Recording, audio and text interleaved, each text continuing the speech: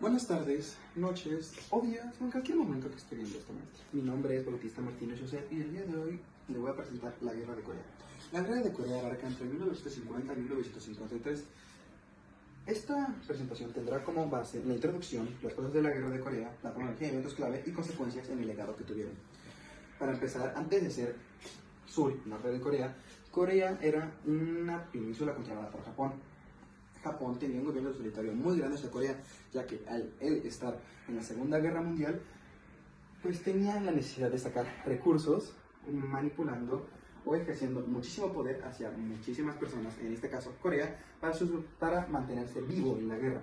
Bien se sabe que al culminar la Segunda Guerra Mundial, Japón sufrió el ataque de Estados Unidos en una demostración de poder por parte de Estados Unidos, dejando muy debilitado al gobierno y los territorios de Japón, por así mismo dejando libre a Corea. Sin en cambio, en 1950, Estados Unidos y la URSS toman el sur y el norte, dejando gobiernos capitalistas y socialistas. Bien se sabe que durante la Guerra Fría, la URSS y Estados Unidos se enfrentaron en diversas guerras y en diversos conflictos o armadas para demostrar quién tenía mayor poder durante toda esta guerra.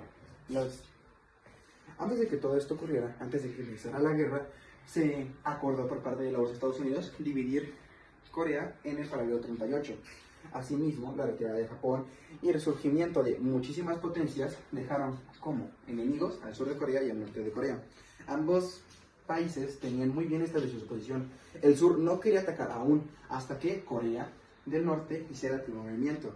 Y Kim Il-sung se veía muy insistente en ya atacar, pidiéndole permisos a Stalin.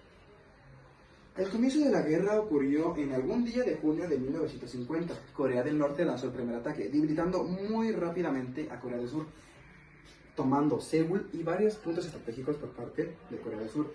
Al ver esta rápida ataque, la Organización de las Naciones Unidas y Estados Unidos se involucraron rápidamente, dando el apoyo militar y pues económico a Corea del Sur. Las tropas del norte, pues también mencioné, no quisieron invadir la gran parte de Corea del Sur.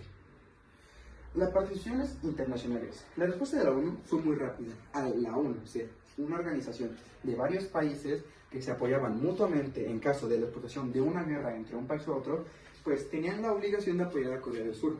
El apoyo chino. Durante la guerra, China se involucró mucho con Corea del Norte, al ver innecesario la aplicación de tantas potencias o países en sur por tener la ideología de que Corea del Norte merecía tener toda la península de Corea. El papel de la URSS. Como tal, la URSS no mandó soldados o un gran apoyo hacia Corea del Norte, sino más bien dando armamentos, dando armas, tanques, principalmente tanques, y muchísima economía. El escenario global, aunque no se considera la guerra más importante de la Guerra Fría, se podría decir que sí involucró más, y sin contar la guerra de Vietnam, la guerra de Corea, fue el mayor acontecimiento balístico ocurrido durante este periodo. Causas de la guerra. Principalmente las causas de la guerra fueron las ideologías impuestas por la URSS y Estados Unidos. Corea se dividió en dos zonas tras la Segunda Guerra Mundial, con Corea del Norte adoptando el comunismo bajo la influencia de la soviética URSS y Corea del Sur estableciendo un régimen capitalista respaldado por Estados Unidos. Bien dicho, esta es literalmente la mayor causa de la guerra de Corea, al ser la Guerra Fría un conflicto entre Estados Unidos y la URSS para demostrar quién tenía mejor armamento y mejor poder enfrente a todas las naciones. No usualmente fueron todas las causas.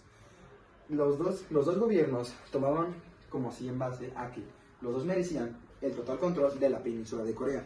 Por eso mismo, en el paralelo 38 tuvieron demasiadas disputas fronterísticas. Los enfrentamientos que vivían en el paralelo 38 aumentaron de forma excesiva. Por eso mismo, la insistencia de Kim Il-sung al intentar invadir Corea del Sur para poder tomar el control.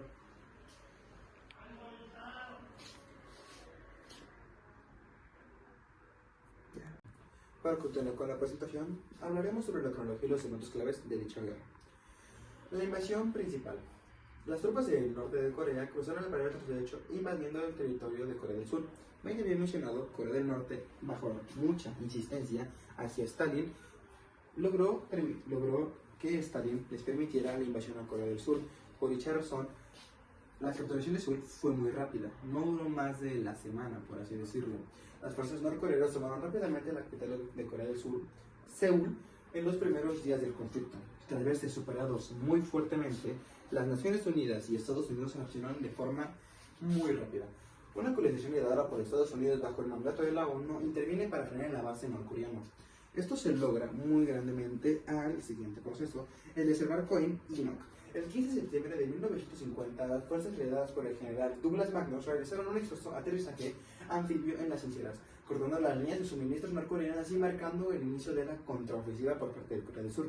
Esto se logra ya que el comandante, al hacer una invasión tan rápida y una respuesta tan rápida, tomaron por sorpresa el norte de Corea, ya que Norcorea no tenía como la prevista de que Estados Unidos ni la ONU lograron intervenir de forma tan rápida. Ellos pensaban que podían invadir muy rápidamente Corea del Sur sin tener consecuencias alguna. La reconquista de Seúl.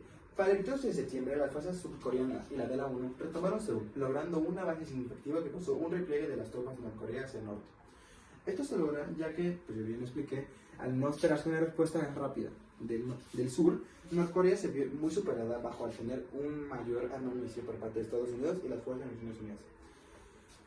La intervención de China, el cruce de hielo. Antes del avance de las fuerzas de la ONU hacia la frontera de Corea, China envió su ejército de voluntarios del pueblo, que más bien violaban literalmente el derecho a la libertad de los seres, a la libertad de los pueblos de China, para mandarlos a liberar la guerra.